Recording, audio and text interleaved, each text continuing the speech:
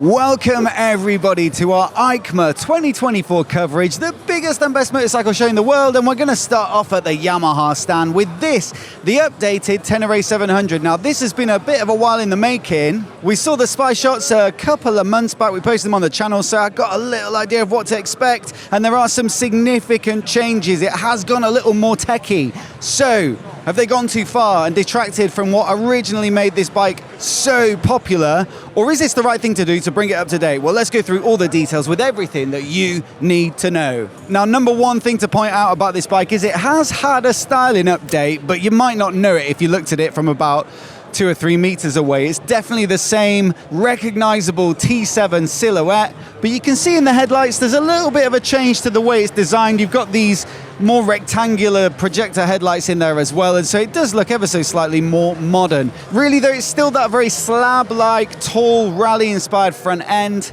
and color options are similar as well. So icon blue on this bike, I think there's a gray one, and also the typical black. Still, I think it was already a good-looking bike, and so if it ain't broke, don't fix it. And one could possibly say the same of the engine. It's still the 689cc CP2 parallel twin, 72 horsepower, same torque figures, I believe, or peak torque figure, and the changes are fairly minimal. I do believe they've shortened the air intake ducts, so it's got a fatter, they say, torque curve, which is always going to be a good thing if you're riding off-road. You want that usable torque all through the low and mid-range, and they've also taken the chance to revise the clutch and gearing to make them a bit more refined as well.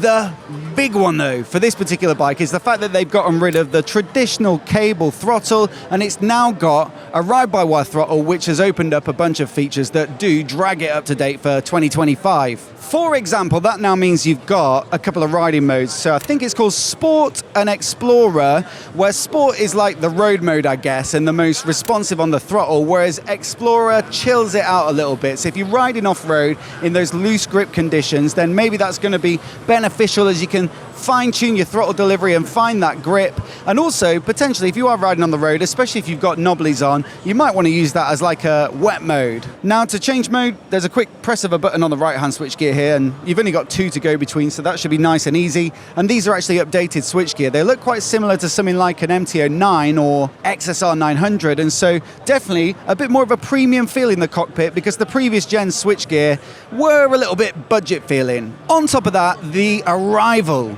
of this ride-by-wire throttle means you've now got traction control for the first time again on the T7. No fancy modes though. It's not like lean sensitive or anything like that. It's not necessarily very adjustable. You can just switch it on or off, which of course is a good thing if you're riding off-road. If you're going up steep climbs, loose surfaces, you might want to switch it off and get that rear digging in. But yeah, if you compare it to some of the other adventure bikes on the market, it's still relatively simple. In the press release, in fact, Yamaha's engineers say that they didn't want to add tech for the sake of adding tech, because ultimately this is a bike that's been popular for being quite simple, and so it's about finding the right line of bringing it up to date without overcomplicating it. Now, ABS is still on this bike, and it's the same as the previous generation, so 3 modes. Mode 1 is both the front and rear wheels are on.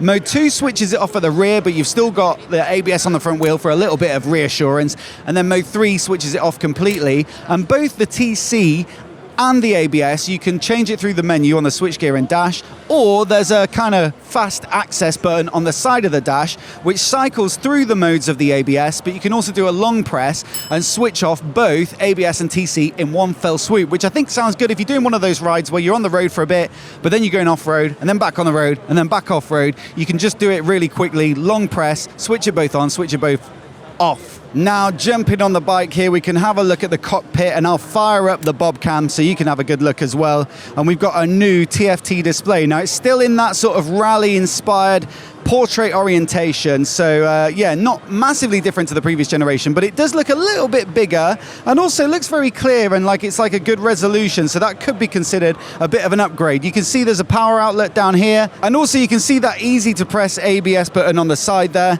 And then let's have a little bit of a closer look at the switchgear. So you've got a new directional joystick on the left there to help you navigate all the menus, and then the simple right hand switchgear there as well. Now, they do say you've got a couple of themes for the dash, so Street and Explorer. Street, again, is like more traditional. It's got a graphic that looks like an analog rev counter, and then Explorer puts more of the relevant information up at the top of the screen so you can see it at a glance when you're stood up like that. Now, unfortunately, I can't cycle through and show you because I think it's locked on like a demo mode. We've got an error code and a key flashing, so yeah, the buttons on the switchgear don't actually do anything. But certainly, from my perspective, in the cockpit here, we've got a much more classy feeling Ténéré 700 that can really start to compete with stuff like the Aprilia Touareg 660 or maybe even like the KTM 790 Adventure and stuff like that. Now, before we get on to the next bit of the bike, I'd just like to say a massive thanks to DJI for sponsoring the Bobcam this year and providing us with brilliant cameras for shooting our reviews back home all year round.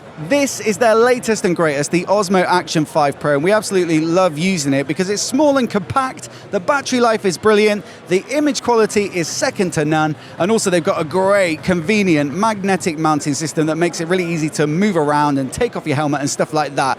It's brilliant for on the bike, it's great off the bike as well. We like using it for vlogging and stuff like that, and so do check out the link down in the description if you're looking to pick up a cam to capture and share your travels and your motorcycle rides. I can't recommend this enough.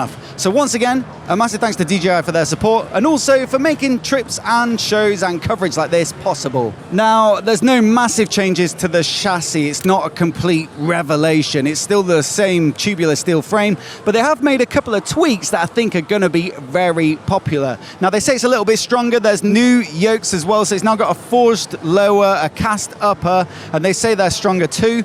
But the big ones are like, there used to be some problems with the exhaust hanger. That's been redesigned, and also the side stand switch. I think that used to be a bit vulnerable too. That's been sorted out, and so it shows that they are paying attention to some of those little niggles that owners come up against, and it's great to see them addressed in this new Ténéré. Now, the suspension also gets a bit of an upgrade. It's still a KYB fork, KYB shock, 210 mil of travel on the fork and 250 mil of ground clearance, but I believe the previous generation wasn't fully adjustable. So you could do damping, but not preload.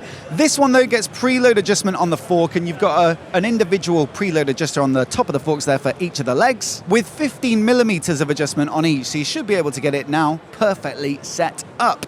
They've also revised the shock. They say they use feedback from their Rally Raid program to really dial in the suspension. And so you've got a new shock with new settings, but also a new linkage, and that should give you a much better ride across the bike. It's really designed for off-roading, so that's where the focus will be. And I'd expect, you know, the previous gen was a fantastic bike off-road, even for someone who's a bit crap off-road like myself. So this one should be even better. On to the ergonomics and the riding position. Well, it's still 875 mil in the seat, so it really is quite tall, but they've swapped the seat out for this single rally style seat, and they say that that makes it nice and narrow here, so it might be a little bit easier to stand over, although it is still a really tall bike. They also say it's better for the passenger because it gives you a better connection with the rider, so it feels more secure. I don't know if that sounds like your idea of fun, of being more squished up against the rider. Maybe it does feel more secure, or maybe you'd like a little bit more space, but if you do like being smushed up against the rider's back, this is the bike for you. Now, the tank's also been moved forward and down a bit. They say that that gives it better weight distribution, so the handling should be a little bit improved, but also helps the rider to move around more freely.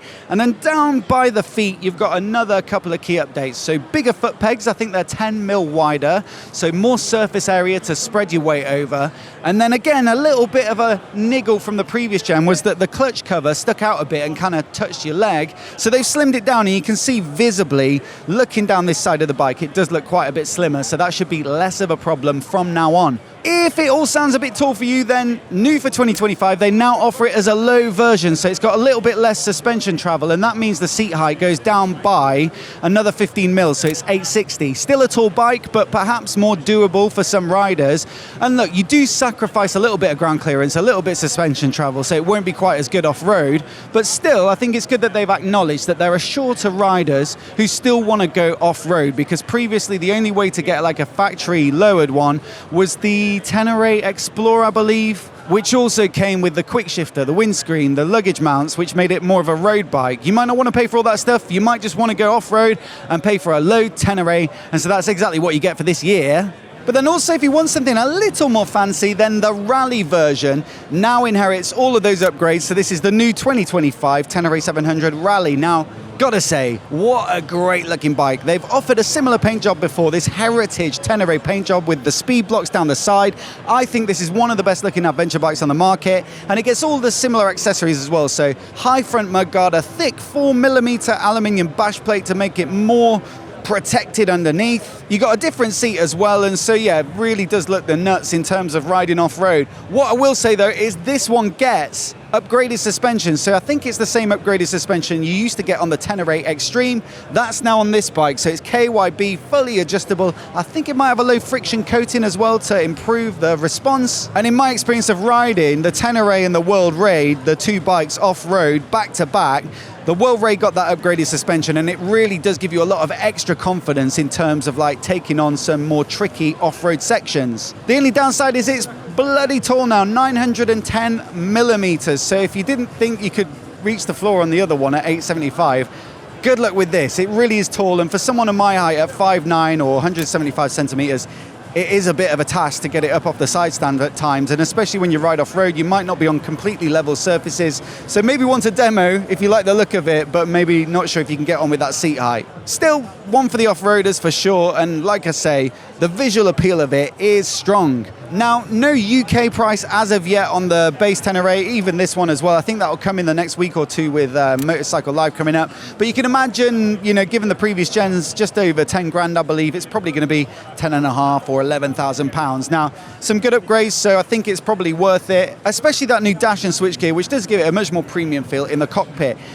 Now, a couple of scores. We're going to give it 5 stars for performance. If you're going to ride off-road with an adventure bike, then this has always been one of your best choices, and I can't see this generation being any different. As for features and tech and stuff like that, I'm going to go 3. It has improved. It's become a more accomplished bike in the tech kind of department, but it's still a lot more simple than some of the others that get more customizability, more riding modes and things like that, custom slots. Style-wise, it's right up there with the best-looking adventure bikes. It's got that big dirt bike look with the 21-inch front, 18 at the rear. You know, it sits tall, it looks fantastic. So I'm going to go 4 out of 5. They haven't been that daring versus the previous generation, but 4 stars seems fair.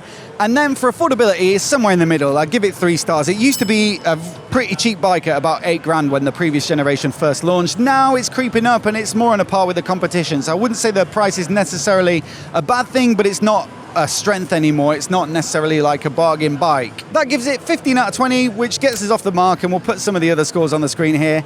As always though, I'd love to know what you think of it, so let us know down in the comments below. I'll also put our EICMA playlist on the screen now so you can see all the videos from this week. We'll be adding to it through the week. Lots of bikes still to cover. Hit subscribe as well if you want to see those videos go up as soon as they go live. A massive thanks for watching, and we'll see you as soon as we can get the next one out.